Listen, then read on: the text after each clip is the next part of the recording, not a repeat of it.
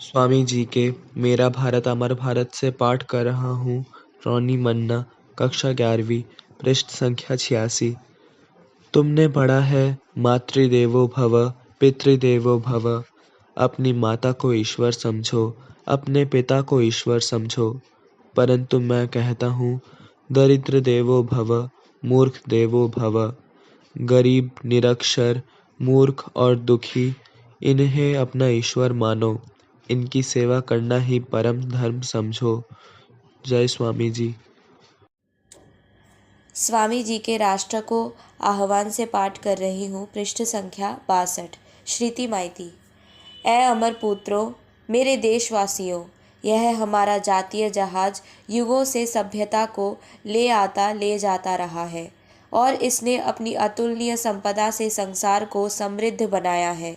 अनेक गौरवपूर्ण शताब्दियों तक हमारा यह जहाज जीवन सागर में चलता रहा है और करोड़ों आत्माओं को उसने दुख से दूर संसार के उस पार पहुंचाया है।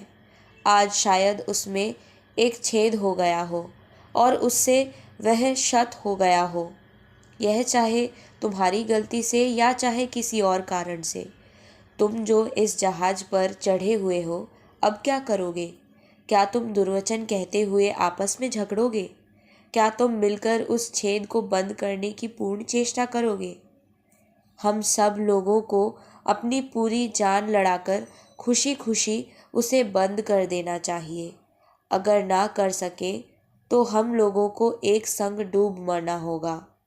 पर किसी के लिए शुभेच्छाएं छोड़कर बुरे शब्द हमारे मुंह से ना निकले।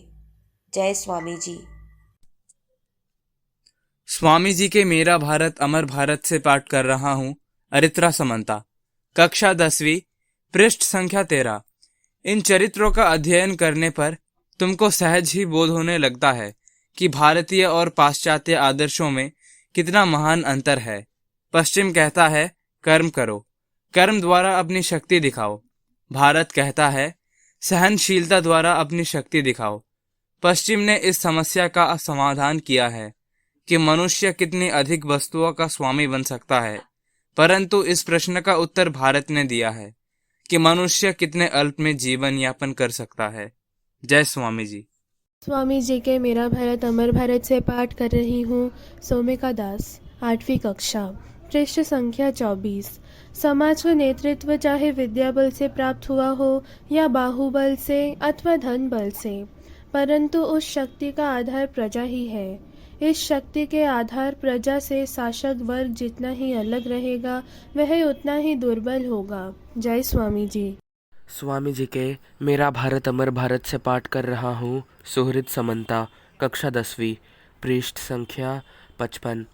असल बात है कि शिक्षा हो या दीक्षा, धर्महीन होने पर उसमें त्रुटि रह ही जाती है। धर्म को केंद्र बनाकर स्त्री शिक्षा का प्रचार करना होगा। धर्म के अतिरिक्त दूसरी शिक्षाएं गौण होगी। धर्म शिक्षा, चरित्र गठन तथा ब्रह्मचार्य पालन, इन्हीं के लिए तो शिक्षा की आवश्यकता है। वर्तमान काल में आज तक भारत में स्त्री शिक्षा का जो प्रचार हुआ है, उसमें धर्म को ही गौण बनाकर रखा गया है। जय स्वामी जी। स्वामी जी के मेरा भारत अमर भारत से पाठ कर रही हूँ।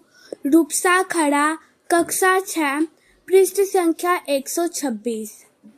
मेरे साहसी बच्चों, आगे बढ़ो, चाहे धन आए या ना आए, आदमी मिले या ना मिले।